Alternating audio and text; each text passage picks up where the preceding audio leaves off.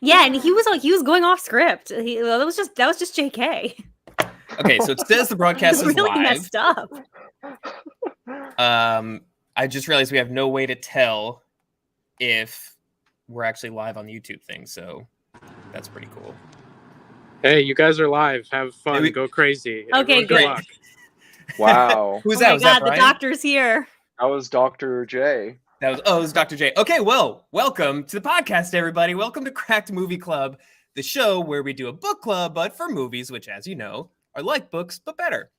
Okay, well, let's see. First off, we should say Jordan Breeding is currently out hunting tauntauns, we think. So it seems likely Spread the rumor. Let him know. Spread the rumor. He may pop in from time to time to defend his honor, but we won't count on it. So I am Jesse, as you know, I'm your co-host. Joined also by I'm that other co-host that's here sometimes. that other one you see all the time. We're also joined today, you might have noticed, by an old friend of mine, Brian Park. Brian is formerly of College Humor, currently of the Feeling Asian podcast, and also permanently just a good pal. Wow, that's really good. Wow, what an honor. Just a good pal. That kind of had the energy of like a best man wedding speech. Who's like, to some of you, he might be family, and to others, he might be a coworker. But to me, he's a good pal. Everyone's like, "Aww." I've been calling up all of Brian's loved ones to ask them about his best qualities and also his worst qualities. Yeah, I might pepper did those. Brian do anything really embarrassing that I can tell everybody about at his wedding? Yeah. So today we're talking about, as you may have garnered from the little tag underneath, thank you to Slack, we're talking about 2014's Whiplash. So Allie, do you want to give us a little recap first? Okay. In the movie Whiplash, there is a young man who is going to the Schaefer College Conservatory, which is not real, so you can't apply there, even if the movie made it look so good. Even if you wanted to really badly after seeing this movie, you can't go. You know what's so funny? No Schaefer. People are still like, still waiting on my Hogwarts acceptance letter. Yeah, I'm waiting for my Schaefer acceptance letter. Just looking to get wrecked by J.K. Simmons. This young man who is played by Miles Teller is named Andrew Neiman, and he is a jazz drummer who very much wants to be a member of the core jazz group at this conservatory. There's like certain levels of prestige at this conservatory, and the core jazz conservatory it is like the highest of the high. Lots of people get picked up to play at Lincoln Center and all these fancy places. It's the one to be at.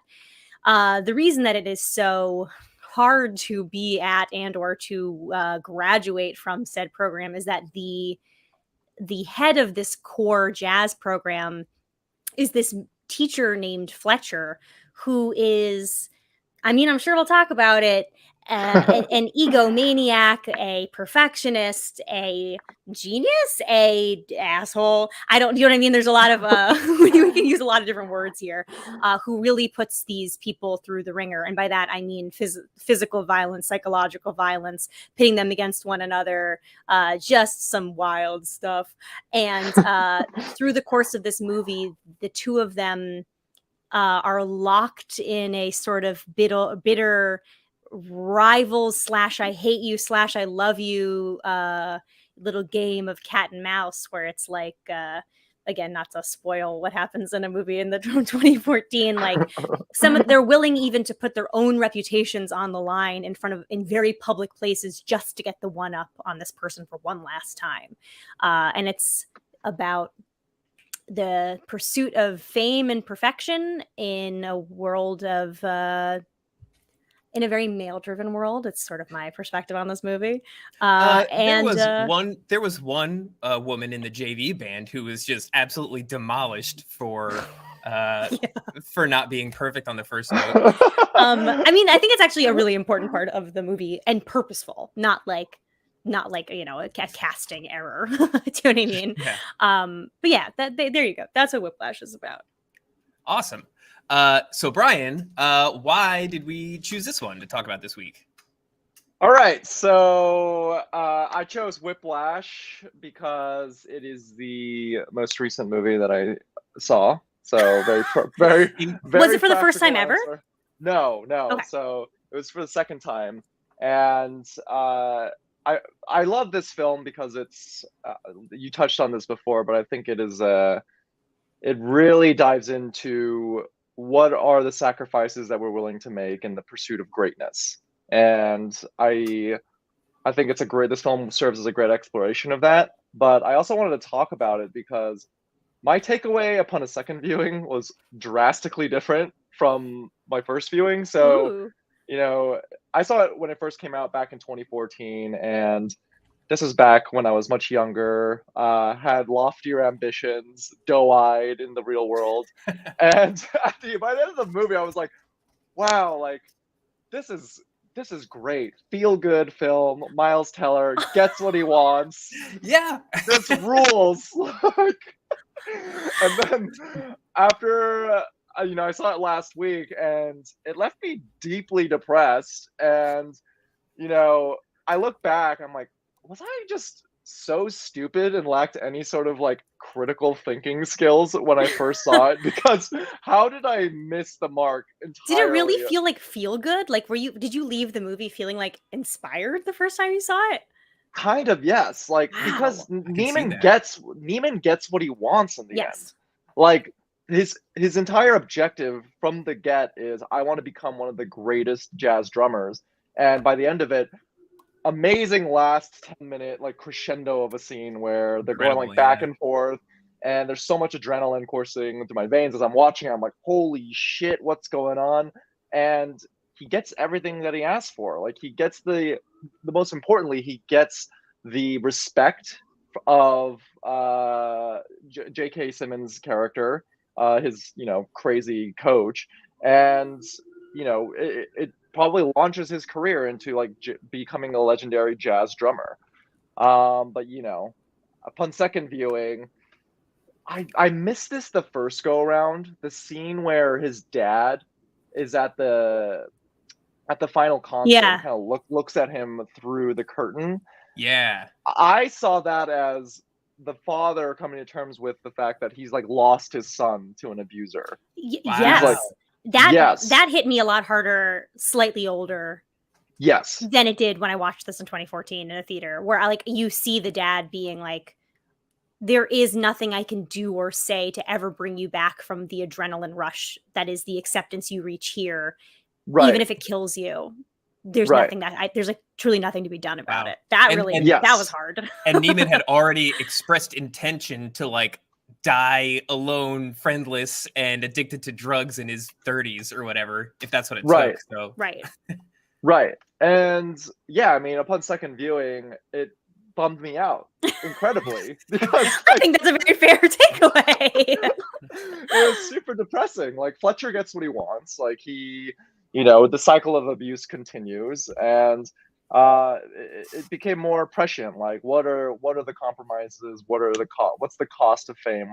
What's the cost of glory? And in this, like, Neiman just giving up everything. Yeah. And it makes me question, like, is that what it takes in, I guess, in most fields, like whether you wanted to be like a CEO or an incredible artist of different mediums, like, Yeah. are these the types of sacrifices that you need to make? And I think Whiplash doesn't shy away from really getting into the nitty-gritty and showing the ugly side of all of that.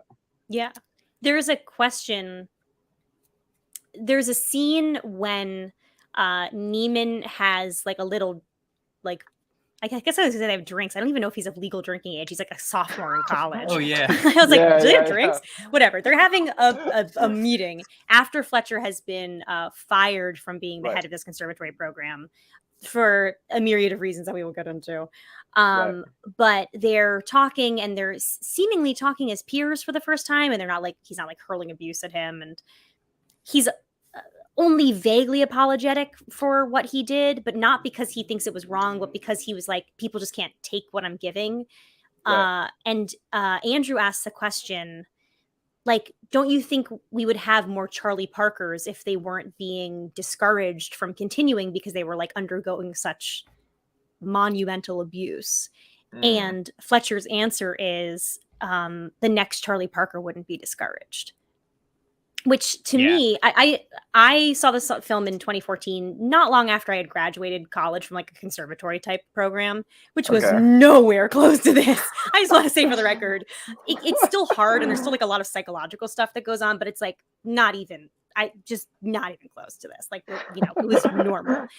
And it was very difficult to watch because you know, when you're like in a program like that and everybody is your competition, but you're trying to make friends and you're also like a fledgling adult and you're like trying to have these like formative experiences where your closest friends and allies are also your competition. It is like, it does like get in your head. It does mess you up a little bit. And so I felt this movie was very hard to watch, and it has only gotten harder to watch as I've gotten older.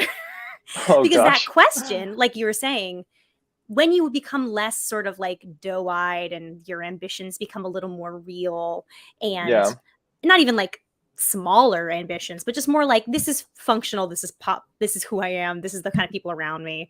Right. That question, I'm like, you know what? I feel like really the next Charlie Parker, so to speak, is just like leaving these systems and making their own system. That sort of feels like 2022's answer to the question posed in 2014. Do you know what I mean? Of like, there's a lot less just like, I'm just going to have to suck it up and let somebody slap me in the face. And it's a lot of people being like, I believe I am the next Charlie Parker, but it's not going to be in this program because this program isn't going to recognize me. So I'm going to find a way to establish my own greatness in my own venue, whatever it is, as opposed to like just keeping your head down and taking the abuse. Right. So the next Charlie Parker is already born, let's say. They didn't go to Juilliard. Instead, they went to a TikTok house in the Hollywood Hills somewhere. Yeah. And they're currently getting demolished by the J.K. Simmons of that TikTok house. But they're on the verge of being like, no, actually, I don't like this. And striking off to, I don't know what's next, probably become the star of Instagram Reels. That's that next big thing. Exactly. I mean, I saw a 6-year-old kid recently on TikTok who was making beats on Logic Pro. I saw Did you see that? Yeah. I mean, talk about the next Charlie Parker. I think we found him. That kid was crazy. Yeah. Or you know what?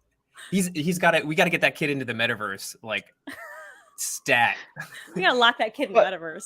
But a counterpoint is, you're saying that Charlie Parker would have started his own system and they wouldn't have been discouraged, but one can make a case that there would just be more Fletchers, because as we live in like 2022, we know there's these stories that break out that there's like cycles of abuse that exist within these TikTok hype houses and these other smaller institutions. So perhaps, like, not to be incredibly nihilistic and cynical about it, but perhaps that's just human nature. Like, if you need to be great, like, you need to be somewhat shrewd and sociopathic. I think that, like, the movie does sort of make the claim that, like, there are just petty tyrants everywhere. Right. And that they're just, like, very difficult to escape. But, like, I'm also sort of hesitant to call Fletcher that, because, like, he's, like, this is maybe something I didn't remember from seeing it the first time. And it's maybe something that hit me differently this time. The revelation that the former student had committed suicide and didn't die in a car crash, but that there's a scene where Fletcher gets in front of his class, and it's the first time he's ever shown emotion other than disdain.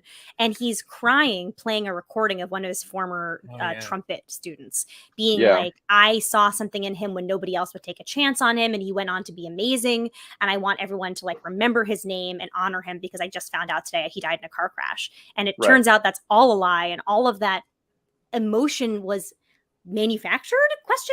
A ploy for sympathy ? Like, that was something I was wondering. I would love to talk about that. I don't think he's like a petty tyrant. Like, this guy's like full on like, like that brain's someplace else. So do you think he actually didn't care about the kid dying, or do you think it actually touched him, but he was embarrassed that the kid committed suicide because he already kind of knew it was probably partially to do with his abuse? I don't know if there's like an answer to that. And I think it's like based on like what you think about the character. I don't know, Brian, what do you think? I saw it as him being genuinely sad. Like, he believed in him, but you could still be like, even if he abused him, and he's never going to admit that he's accountable for the death of that student, but True. he could still be sad that he lost a protege. And I think that was Why him, did like, he opening choose the to show. be sad publicly in front of the entire class? Again, Well, I'm not true. trying to like unwrap. I'm not trying to be like, you're wrong. Like, I just mean like, I like genuinely like that scene was something I did not remember. And so coming across it this time, I was like jaw dropped because that's some Next level manipulative, psychological yes! abuse. Yeah. Or maybe it is genuine, and or maybe it's a mix of it started genuine and then there was a part of him that was like, if I tell them this, they'll feel for me more, or they'll start to see that if I tell them this story, this fabricated story, they'll want to work harder because they'll see themselves in the shoes of the beloved student who I'm still loving and crying about years later. And so I can go even harder and meaner on them in the wake of this story because they'll have gained sympathy. Like, there's so much to unpack there. Is he now like at this point, if we assume that's all the case, then he's like an H.H. Holmes where he's like using like the trauma and the destruction of like his other victims to like fuel the fire for like his next victims. I don't know if he's like a manipulative mastermind to that degree. He reminds me a lot of like like one or two in particular, but some like coaches or teachers that I've had growing up where it's like they will push you hard, but they actually care. I think, unless I was just a dumb kid and I fell for their mirage of caring, but it seemed to me like he really gave a shit, particularly because he privately and accidentally expressed emotion over the kid's death to Neiman, right? Because Neiman barges into his office and J.K. Simmons just says, "Not now, I swear to God." Mm-hmm. If he actually didn't care, he could have just set that aside and continued like berating Neiman. Yeah. Right. So, right. Maybe I just really want to equate Fletcher to like mentors in my life, and I really want them all to like have actual feelings. Yeah, I mean, like, part of the reason the movie is good is that there are not such clear lines drawn in the sand, because like he is obviously a monster of a human being and a full-on abuser who has driven former students to suicide, right? So like, yes, on paper, we don't got nothing going for us. But the movie also presents this world where he gets incredible results out of these performers and they seemingly keep working with him even in the professional world. Like, even when he gets fired from working at Schaefer, he is like kind of assembling like a crack team of like former alumni and like people I used to work with to like do this like Jazz at Lincoln Center concert, and they all work with him. Nope, not a single one of them is like, no, you called me fat and slapped me. Like, it's, and so like the movie does present that there is a magic, a power he holds over them, not because he's a good person, not because there's something redeemable, but like there's it's very complicated. I feel like that's common to like abusive relationships though, right? It's like yes, I think so. Yeah, I see a lot of parallels with even the tech industry in Silicon Valley, like namely Elizabeth Holmes and what went on with Theranos, where these people are driven by a higher purpose.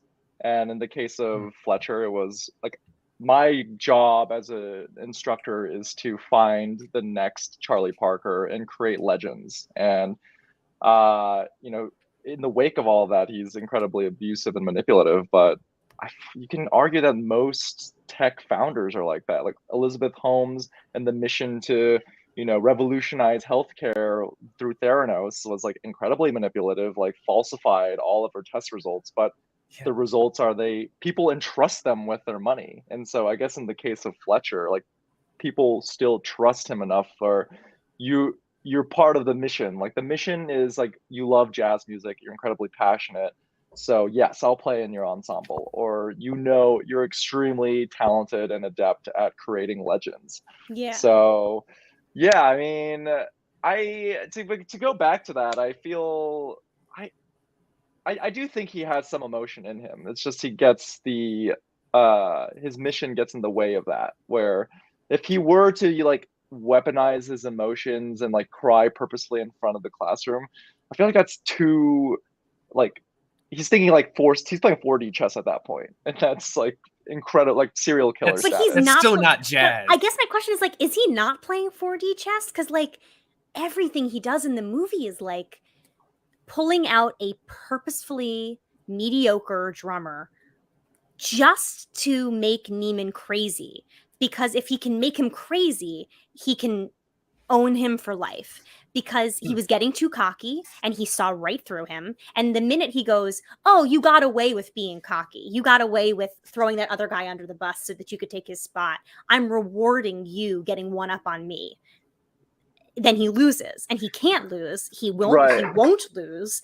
So he has to waste his own time recruiting and teaching a drummer who will never be good, who he has no intention of promoting, just to make this one student lose his mind.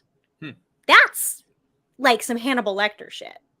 Well, you know what's interesting though? Here's where that's a little, I think Fletcher's a little different from Hannibal, or from like, he's in a controlled environment that he gets to like start a fresh game every year. You know, Fletcher is anyway. Hannibal, or like any serial killer, is like an adult trying to like outwit adults. Fletcher has like the same rules, like the same like competitions every year. Like he knows the waves of like the season of the like competition season.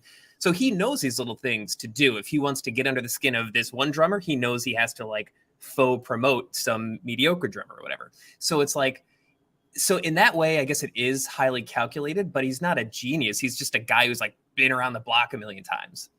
Yeah. I guess I would not want to ascribe to him the title of genius, but I do think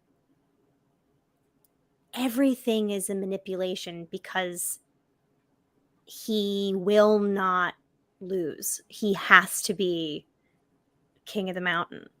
Do you know what I mean? Mm-hmm. Yeah, interesting that absolutely. He constantly wins these competitions. Like when he says, I'm not going to start losing now or whatever, I think what he means is I'm not going to start coming in second place. It seems like he's constantly getting first place in all these competitions. And it's almost like he wants a greater, like, that's already challenging enough, but he wants a greater challenge of like getting inside the brains of teens. Yeah. I mean, like, so my favorite movie of all time that I still really want to watch on this podcast, even though I know you're going to hate it because it's 3.5 hours long, is Amadeus, which is about a lot of things, but at its heart, it's about a rivalry. And it's about a person who's letting a rivalry consume their lives, while the other person sort of skips gleefully through and doesn't even know they're in a rivalry. They're in a rivalry. Do you know what I mean? Like, It's great. Like, to very briefly summarize, it's about Mozart, and he's like a genius, and he's like irresponsible, shows up late, doesn't, spends his money badly, blah, blah, blah, but writes the best music in the world. And his rival, Salieri, who is a grade A student, perfect, shows up on time, was a court musician, who is smart enough to realize his music is not as good as, and never will be as good as, Mozart's music. And so because he cannot get the upper hand on him as a creative person, he has to start driving him insane on purpose. And it's about him like trying to take him down from the outside.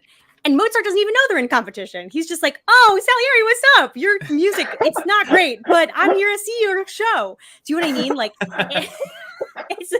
it is IMHO, the best movie ever made. I mean, it sounds there's great. Like part of that in this too, of just like, he is so like, I can't let this 19-year-old win. Do you know what I'm saying? And they're just like, I'm 19. This is my first time in New York City. Like, I don't know how many of just these, a seltzer for me, thanks. Yeah, exactly. That was part of it that like felt sad to me this time, where I was just like, oh, dude, your villain is an 18-year-old boy.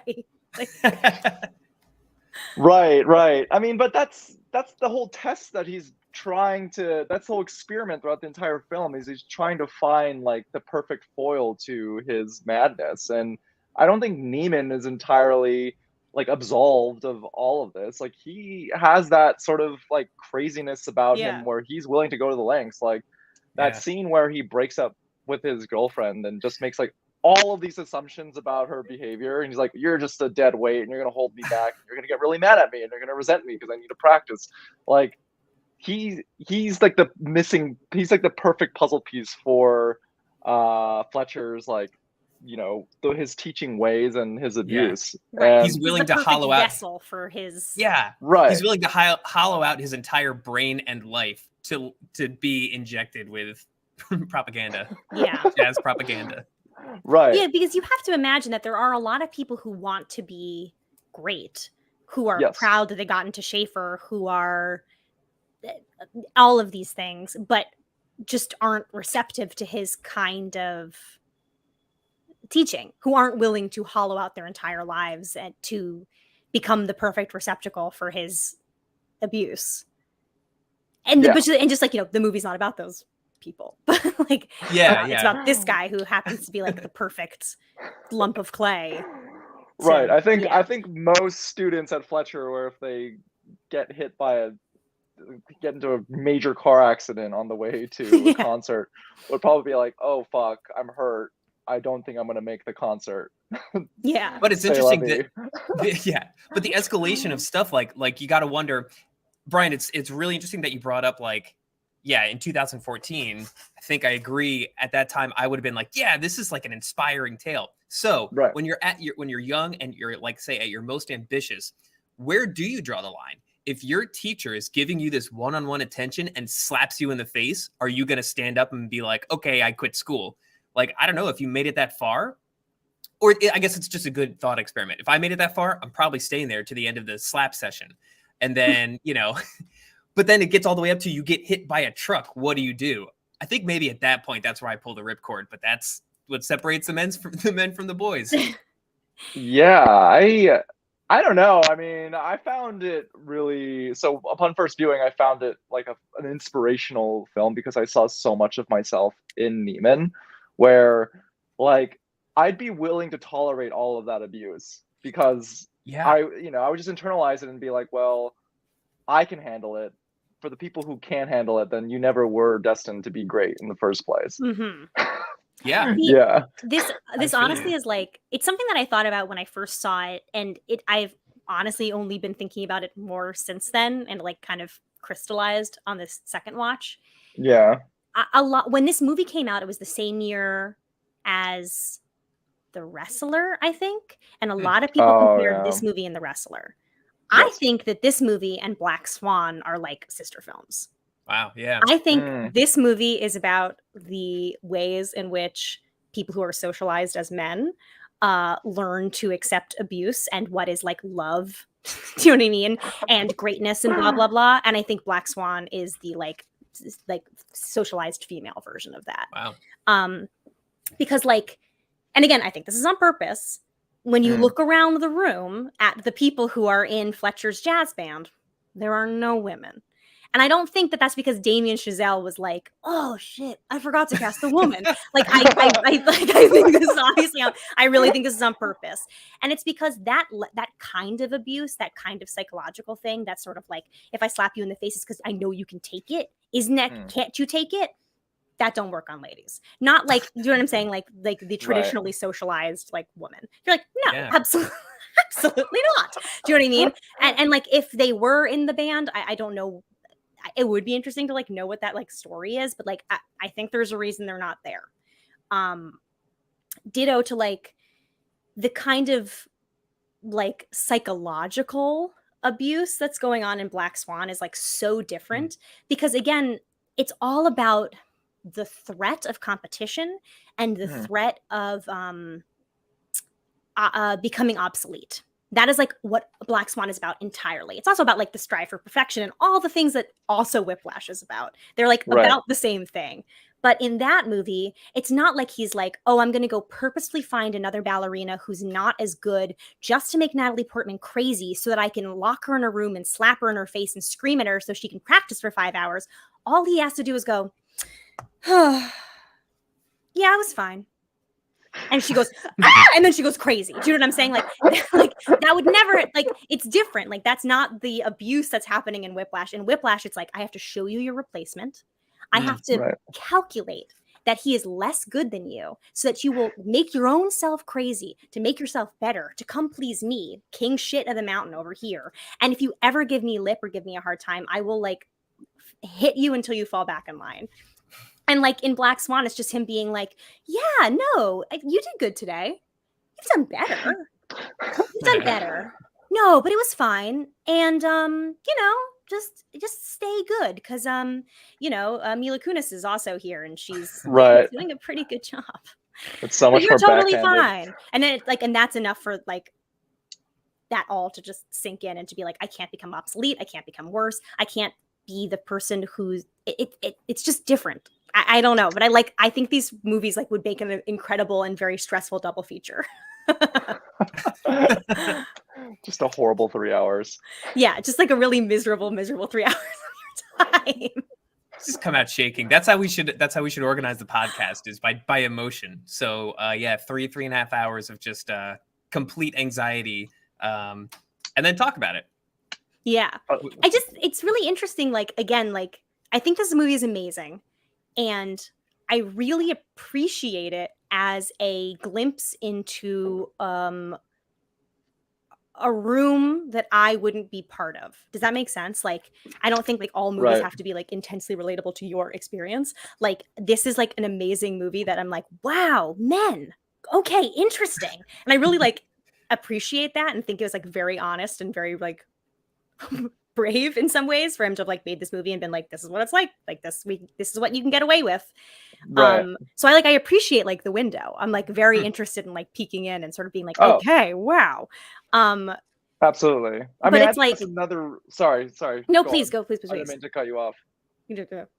Oh no, I was gonna say like that is another reason why I love this film so much. Is I wouldn't consider myself a jazz head. Like I I'll casually go. I've been to shows before. Like it's fine, but for a world that is so far removed from like a world that I exist in, I was incredibly invested and engrossed in the Schaefer Academy and Newman's rise to the ranks. And I think that's a mark of great storytelling, where you can take something so esoteric like jazz, and you can just take like just someone who has no exposure to it. I can guarantee they're going to be invested in this film, because the emotional stakes are just so high in it. Yeah. And also like, I think you either can like see a part of yourself in the character and you're like scared and disgusted by that, and like, what does that mean about me? Or you can't at all, and you're like, whoa, what a world that I'm not a part of. And I think both are like really valuable as like filmmaking responses and tools. Do you know what I mean? Right. Yeah. But yeah, it's like, it's so interesting to me that like in that part of the film where there are 3 potential drummers, and he dismisses the rest of the band, everybody else can go chill, and he has them trying to do this like insane double time swaying thing, and they're all essentially there for 5 hours. It's so interesting to me that those 3 guys develop no bond. They only hate each other more at the end. And that feels very male. Do you know what I mean? And I like appreciate that as like, I'm like, wow, I feel like I'm learning something. Or I feel like Damien Chazelle has like admitted something about himself in me watching this. And I like really appreciate that like window. Do you know what I'm saying? Yeah. You like comparing it to Black Swan opened my eyes to that, because like, now I'm thinking when I watched Black Swan, again, also I was engrossed in it despite knowing nothing about dance. Right. But I think I also had like a little like through line of superiority where I'd be like, well, couldn't be me. I would simply pick up a new hobby if I were in that position. But then watching this movie, I'm like, yeah, man, if I'm making it to that 5-hour practice, I'm going to sit there and hate the shit out of my teammates. They're teammates. Because you have to, because like, they're not your teammates. They are merely your competition. And one of you will emerge victorious and the other 2 will be dog shit. So why would you ever learn to align with these other guys around you when they cannot service you?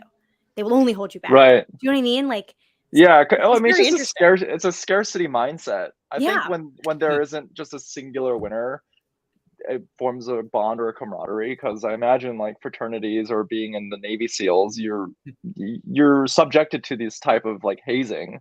But in the end, like, you're all in the same boat, and so it forms a stronger bond. But I guess in this case, because there's one clear winner, it'll only just divide you even further. Yeah, I don't know. I just like I find it very interesting. And now I like kind of want to watch Black Swan again, but also like I don't know if I can handle that. Right. But that is a great point, like, because Neiman, even in the movie, like, he doesn't have, it looks like he doesn't even have any friends at the academy, whereas, like, when he's in that second tier class, there's some camaraderie between the other drummers and jazz players, and they're kind of ragging on each other before the class starts. But there's no friends there. Yeah, I think Neiman is just an odd duck, even in the environment of the institution.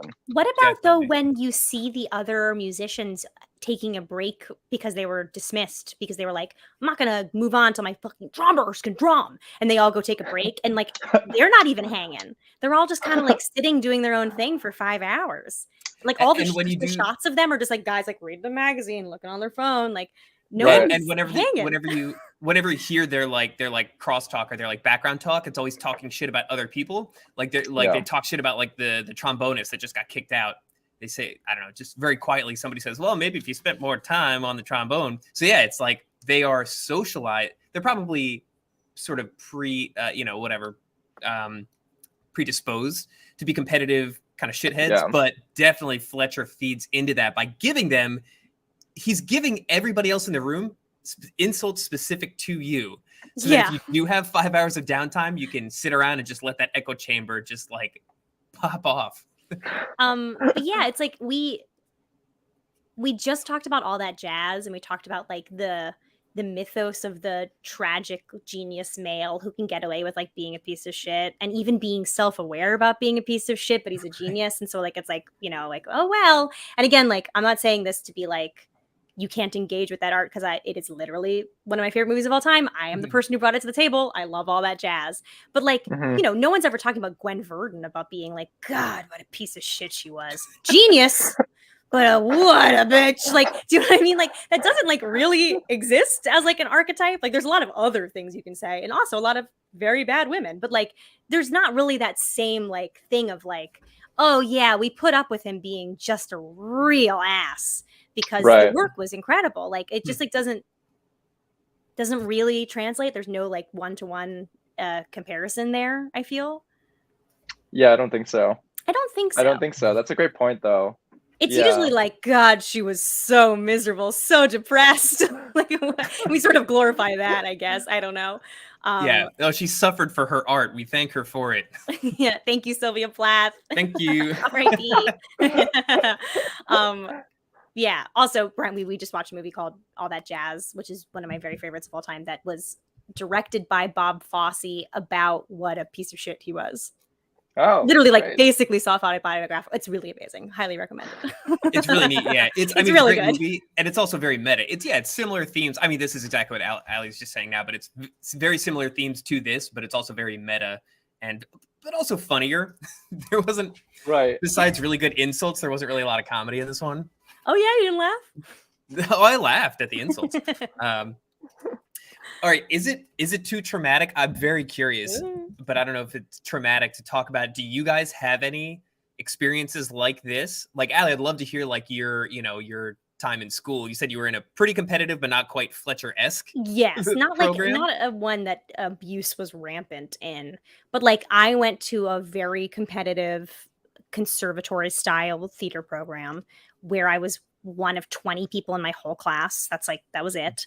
And so like, you know, it's just a weird place to learn and grow up and to become an adult when your classmates are the people who understand what you're going through the best and are there for you in your horrible moments and are, you know, your roommate who takes you to the EMS when your appendix bursts and blah, blah, blah. But then also 2 days later, you're in the room getting notes being like, let's have Samantha do that instead of Allie. And you're like, no, do you know what I mean? Like, do you know what I'm saying? Like, it really does mess with your head when these people are like your best friends, closest allies, and the people who understand what you're going through in a way that scene where when he's talking to his potential new girlfriend and she's like, I go to Fordham. And he's like, okay, for what? And she's like, I don't have a major yet. I don't really know what I want to do. And he's like, you don't know what you want to do? And she's like, yeah, well, why do you go to Schaefer? And he's like, because it's the best music program in the country. Like, I saw myself in that moment. I was like, ugh, yikes. And so it's like, you're with these people who get that as well as just as much as you do, with as much passion as you do, with as much drive as you do, which is as love as you do. And then also you're in class and one of them is doing better than you, and you want to absolutely implode, but you like also have to be like, but we live together. And it's, it's just a very strange, it's just a strange place to be 19 years old at. Do you know what I mean? Like, it's just hard. That's so fun. Allie, you are extremely supportive. Now I'm wondering if that's just you being a good actor. Yeah, or 100%. If that pressure cooker like teaches you somehow to be supportive of your peers no matter what. Like it seems like you have to develop like a bigger picture thing. Like my peers' success is not my failure. You really do have to learn that. And like, you can say it a million times, but until you like learn it, you like don't believe it. And you just like say it like, and it's kind of messed up how much you're just like, I'm so happy for her. But like quite genuinely, like one of the reasons why I started getting into doing like improv and comedy is that like, it felt a lot more egalitarian in the like success of the show, whatever. Do you know what I mean? Like, and like I was deep into like the auditioning in New York and, managing like my agent and bad feedback and and like I started taking classes at UCB because I was like, I would really like for the success or failure of this not to hinge on me alone. And that like my like perception of it is sort of like, oh, there was only one role and I didn't get it, and so failure. Like I like really liked the group ownership aspect of it, and that's like what kept me in it for as long as I had been doing it, like honestly. But yeah, I don't know, acting is weird too because it's all fake. I mean, I totally get you, man. I went to drama camp for 2 years when I was a kid, so it's what like was very that thing similar. you used to do called like Odyssey of the Olympians? Odyssey of the Mind. Brian, are you familiar with OM, Odyssey of the Mind? Was there any Whiplash type situations in that? Like sort of. I mean, here's the thing. I tried. So Odyssey of the Mind was this like I think some of the commenters know about this, but it was this team thing where it's like a team of like 7 or 8 kids. You start out as young as like first grade, even kindergarten, I think. But you prepare for this competition at the end of the year. And the competition is a combination of improv, basically. There's like an improv game and a sketch that you spend months like creating. And they have all these like weird arcane rules, and that's where a lot of the fun comes from. But yeah, it does get very competitive. They're like world, gets all the way up to world competitions and all that. Whoa, Miss Universe. Yeah. Well, so I applied every year starting in first grade, and I didn't make it until like 7th grade, I think. Like I should have just hung up my damn hat, but it I guess I could go one of two ways. Maybe it was very competitive, or maybe I was very bad. I don't know. I think it's probably competitive. Couldn't take a hint. I do like the idea that like people were like sabotaging other people's like Odyssey of the Mind thing backstage because it was like a Whiplash type thing. Yeah. So he's like, I can't go without my folder, and they're like, I guess the janitor took it. Guess you're not gonna. Guess your mind's not going on any Odysseys tonight. Like, yeah. So, Brian, do you have any Whiplash-like experiences? Like, I don't know if you like, were you an athlete growing up? No. Were you a jazz artist? I have a lot of experiences that I can map out onto Whiplash. I mean, for one, it started at home. Like, my parents were all about negative reinforcement, so I didn't receive a lot of praise. And I don't hold it against them. Like, obviously, it was really hard growing up, like, in a household like that. But Allie and I think you're doing great. Thank you.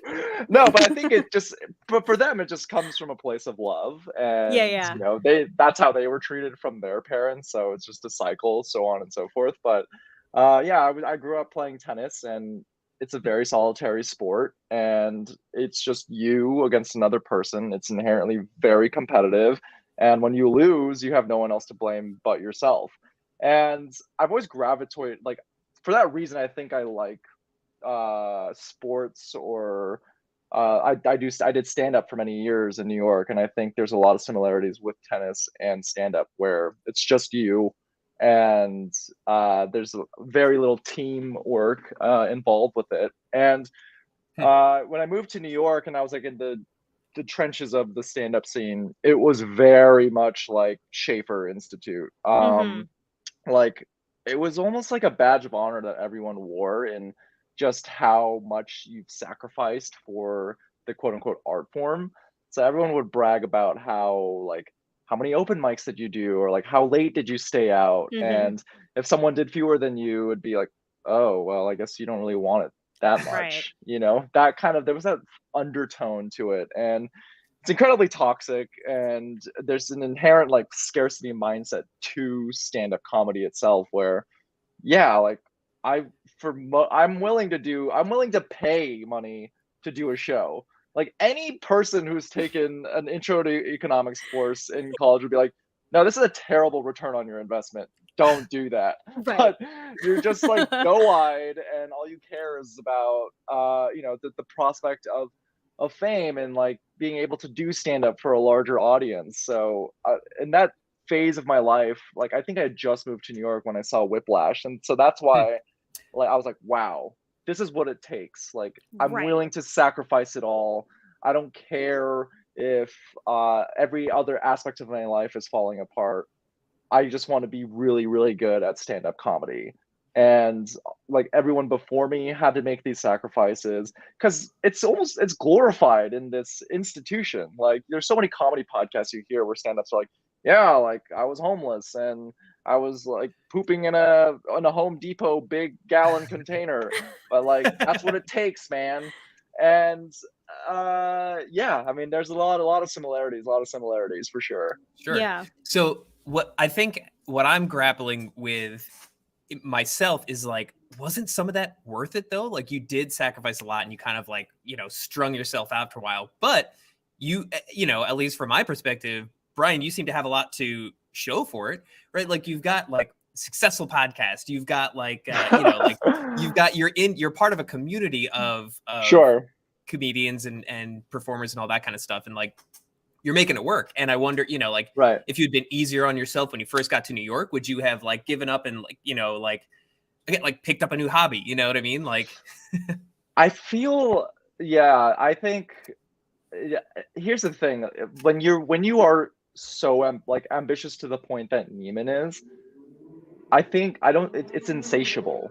So even if you get the thing, like I have gotten things in my comedy career, but in that moment, I look back on how I reacted or how it felt in that moment, and I never really was happy or like relished it, because you get the thing and then you're like, okay, what's next? Like, yeah, totally. What's next?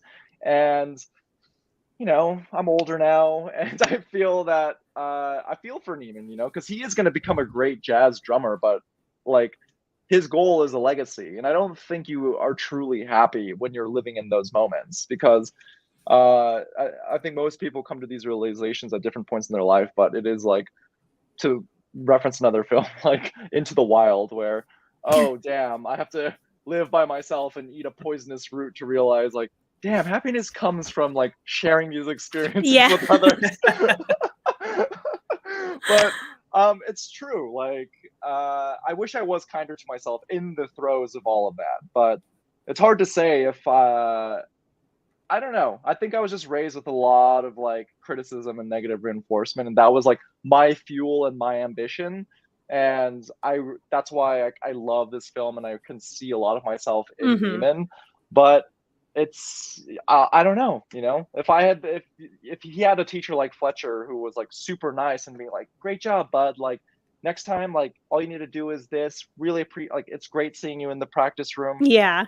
Would you in theory you think he should like be great and obtain that greatness, but we won't know because that's not the movie that was made. It is really interesting because like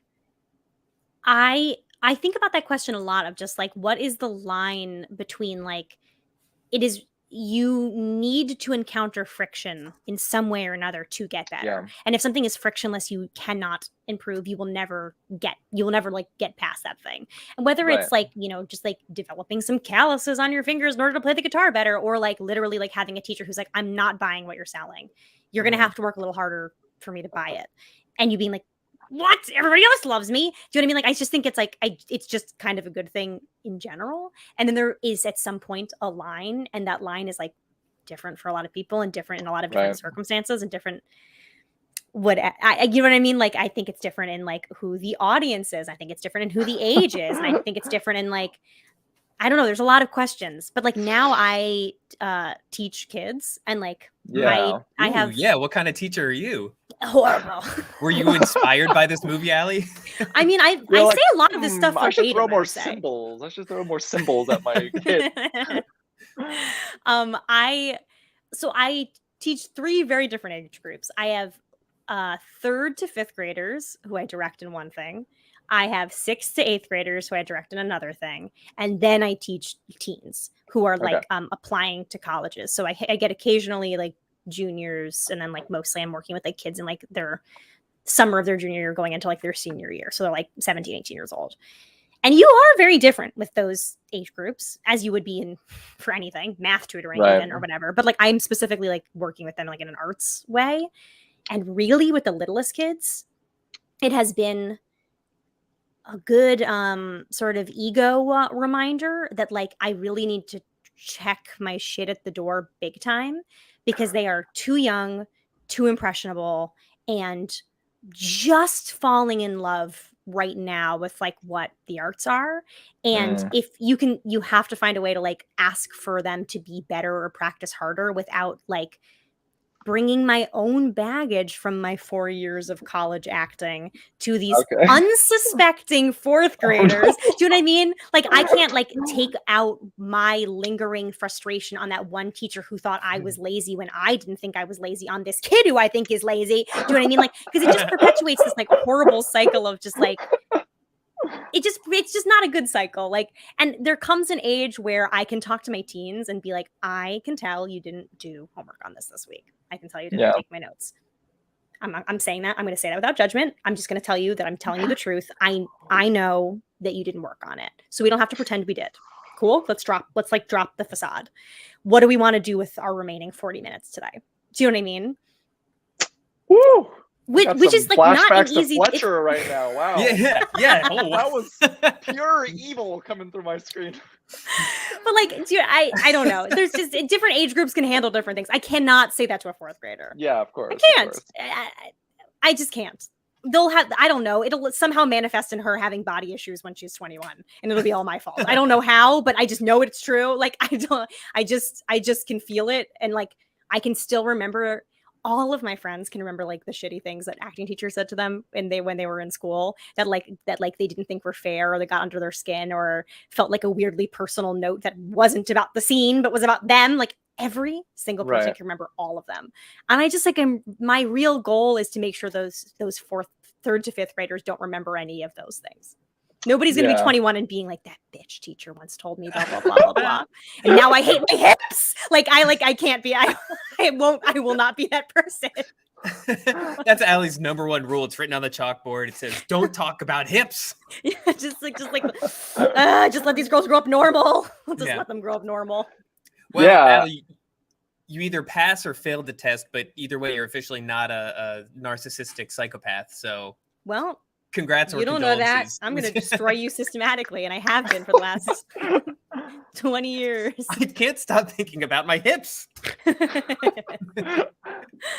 No, but it's a great point. There is a line, I think. Like, obviously, with the case of Fletcher, like, he's too far on the other side and just straight up abusive. But I don't think there's anything wrong with being tough but fair, because on the other side of things, I think recently, like this came up on my Twitter timeline, where there was a New York Times film critic who wrote this review about Bodies, Bodies, Bodies, and it was like a 24-year-old woman who, like, she got a lot of heat for it because, like the actor Amanda Stenberg in Bodies, Bodies, Bodies was like, "Oh, you're commenting on my cleavage," and then they got into like an online spat. And in response, like the film critic was like, "Well, you know, that's my job as a critic, but also like I deserve to be here because I'm just good. I'm great at my job, and like I deserve this." And and then wasn't it unraveled that like she didn't deserve it?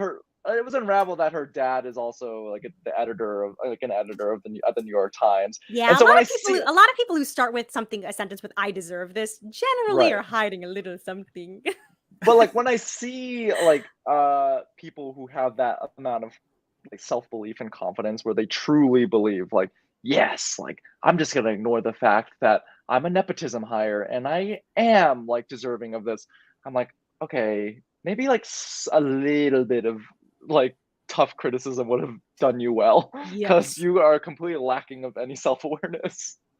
Yeah. It is sometimes sad when you see a person who has somehow managed to get to a certain point in life without being checked ever.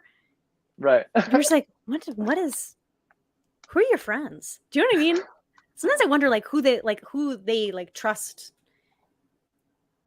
to do creative stuff with, or like Probably just yes people. Yeah, I was about to say, like, do they even yeah. have that? Like, can they have that? Or was like, is their ego too fragile at that point? It was interesting that Neiman says outright he doesn't have any friends. It's actually really funny the way it was like his uncle or whatever is like, so do you have friends? And he's straight, Like, no. instead of being like, oh yeah, you know, like there's these guys that I hang out with, or there are like I surround myself with yes men or whatever. He's just like, no, I don't, because I'm always practicing. You know, like, right. Like, yeah, going to be at that level, no friends. You can pretend like you have friends, but you either have a posse of yes men or you just have classmates who hate you as much as you hate them. Yeah. Okay, so we got just a few minutes left. Let's jump into alternate titles. All right. We got a few from the unwashed masses who've been washing up a little bit. Very nice. Oh, good folks. for them. Coyote, thank you for the donation. And also, you didn't even have to donate because it's already all-star title, Jumanji Origins. I don't get it. Am I stupid? No, I actually don't get it either. Coyote, oh, you said something. Oh, okay. Well, you said I made sure not to wash for you. Thank you. Appreciate that. But defend yourself while we go on to other titles. Is that the name of the movie, the Jumanji movie that they made that was like the recent remake, maybe? That had like Jack Black? Is that what it's called? I mean, maybe it's a suggestion of a movie to watch in the future. Oh, maybe that's it. Okay. Or maybe we all just don't get their amazing joke. Oh, he says just stupid joke. But we want to understand the joke. Jokes are best when they're explained. Somebody says, I didn't get the name, but somebody says Jordan Rules with a Z. Good title. How that really good title. Good title. Let's see. Sunk cost fallacy. I think that was Jose Barron said that. It's a lot about, that's actually pretty accurate to what it's like to be a person in the arts. Yeah. Absolutely. Well, I'm 30, so I guess I'm doing this forever now. I mean, yeah, that absolutely explains, that the emotion behind like, all right, well, I'm already here and I already got slapped once, so right, I'll get slapped a few more times and then hit by a truck. Let's see. Senior year, the labyrinthian maze to be number one by Capello. I like that.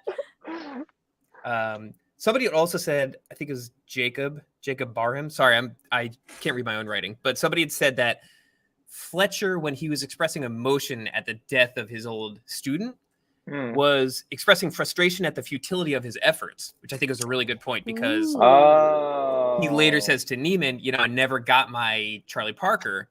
And you could tell that's the one thing this dude wants. He wants to be the guy that invented the next Charlie Parker. And he seemed like he was close with this one kid, but he pushed it too far and like killed him. Yeah. Right. So I think that makes a lot of sense to me. That makes a lot of sense to me too. There's earnest emotion, but it's up for interpretation. Like, fine, let the kids think it's love or whatever you need to come to class the next day, when in reality it's just like a shattered dream. Right. All right, Brian, you got any alt titles? Abuse. Friend or foe. Yeah, the Jesse title for this is Abuse! Exclamation point at the disco.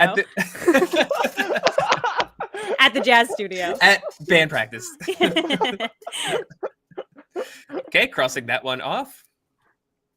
Yeah. All right. Well, I guess I'm not saying that one. Fine. Oh, I guess I don't have any. Awesome. Allie, what do you got? You got any? I mean, I really only had one, which is the one that I gave to this stream, which was slap my face and call me Charlie Parker. But of course there's also Dick Rash. Dick Rash. Right. Dick Rash. Does he say Dick Rash? Nope. Oh, he just doesn't sounds say like Dick Whiplash. He does have rashes. Also, I don't know if you guys were keeping an eye on the comments. There was a lively chatter about rashes earlier. But Jordan was it about the that. movie? Were there rashes in the movie? I don't think so. I Oh, think it's just just a viewer has a rash and seeking Oh, medical I'm so consultation in sorry. the comments. Have you Yeah. thought about just dunking your hand into a thing of ice water? yeah. If you got a dick rash, just fuck a bucket of ice. Sorry. It seems to me like this movie's saying that a bucket of It'll ice be will a great solve- shot, though. That is a It's great shot. sideways. and Yeah, just- yeah. I really think that the direction in this movie is fantastic. It's so engaging, and the tension is like racketed up at all the right moments, and it also makes at certain point like jazz look and like the pursuit of art like look incredible and beautiful and really polished, and at other points it looks like really ugly and kind of disgusting and sweaty, and like I really appreciate it. And it's also crazy to me that this is the same person who made La La Land, because I think that movie is so bad, and I like don't understand how it's the same director like in any way, shape, or form. But Whiplash, wow, top marks. Yeah, he said he was like having trouble getting La La Land off the ground, and that's when he was just like so mad. He just poured all his rage into this. It was originally like a short film. Yeah, yeah. He could have just jumped into an ice bucket, but instead he wrote a film. Shoot, what was I gonna say? Okay, well, whatever. We got another alt title from Joe Average. My ego is worth your future. Oh, I mean, that might as well have been a line in the movie. yeah. Speaking of lines in the movie, got a couple good ones. Limp dick, sour note, dipshits. Yeah. Yes. Alt title. Turn my pages, bitch.